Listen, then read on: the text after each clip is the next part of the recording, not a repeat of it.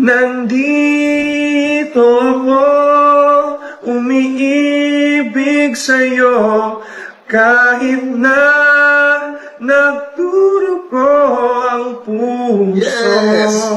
Tuloy. Kung sakaling iwanan ka niya, Nice. huwag kang mag-alala.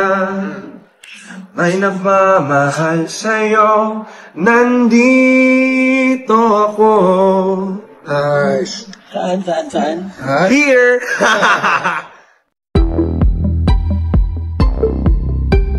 Proud Mommy Kris Aquino, masayang ibinahagi ng Queen of All Media ang naging singing lesson ng kanyang anak na si Bimby.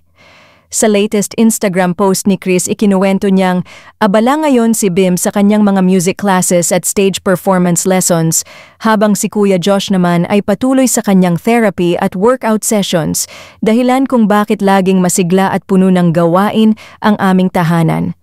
Napakalaking biyaya na ang aking dalawang anak ay hindi nagrereklamo kahit ilang beses sa isang araw silang kailangang maligo bago pumasok sa aking silid para lang mayakap at mahalikan ako. Isa akong ina na patuloy na nagsusumikap kasama ang aking mga anak at mga nurse.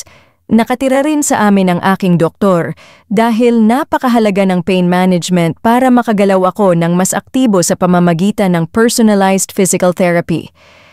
Kasalukuyan akong naghahanap ng lisensyadong physical therapist PT, 2 male nurse na idaragdag sa aming team, pati 2 male caregiver para sa night duty.